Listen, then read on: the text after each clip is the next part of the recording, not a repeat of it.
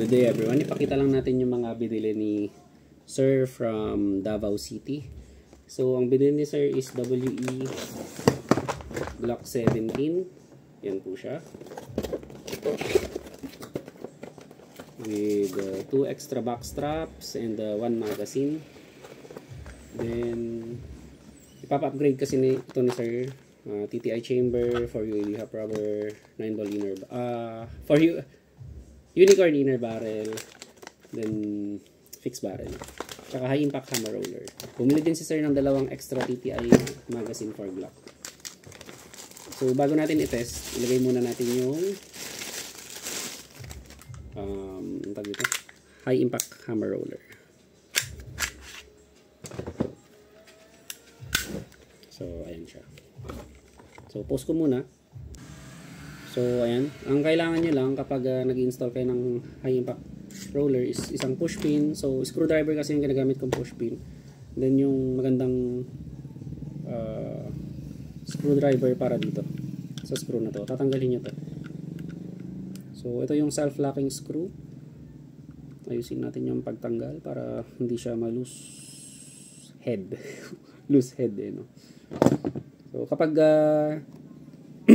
ibabalik niyo ito, wag nyong lalagyan ng force kasi malulus thread yung frame. Then yung push pin. Ayan. So ito yung pin.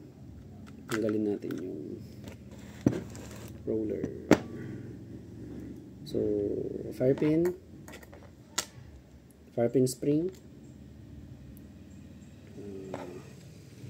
push pin para doon sa sear pin. Tanggalin yung sear spring, kasama nyo na rin yung sear.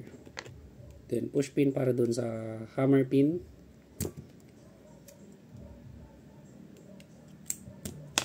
Yan. So matatanggal yung knocker valve. Ito yung hammer housing, tapos yung spring, tapos yung stock roller. So pause muna. So ilagay natin yung high impact roller. Ayan siya. So pause muna. Okay, complete na yung hammer housing assembly. Lagay natin ulit sa frame. Ayan. Then unahin yung pin. Then lagay yung screw.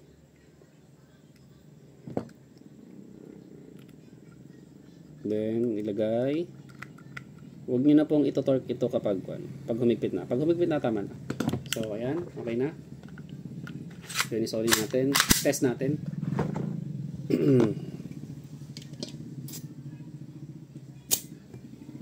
So walang leak yung magazine. Kahit 5 shots. Ayan, BB. For Sir of Davao City, WG-17 with high impact hammer roller. Firing. Okay, walang BB. Yun. Tapos na. So, thank you very much, sir.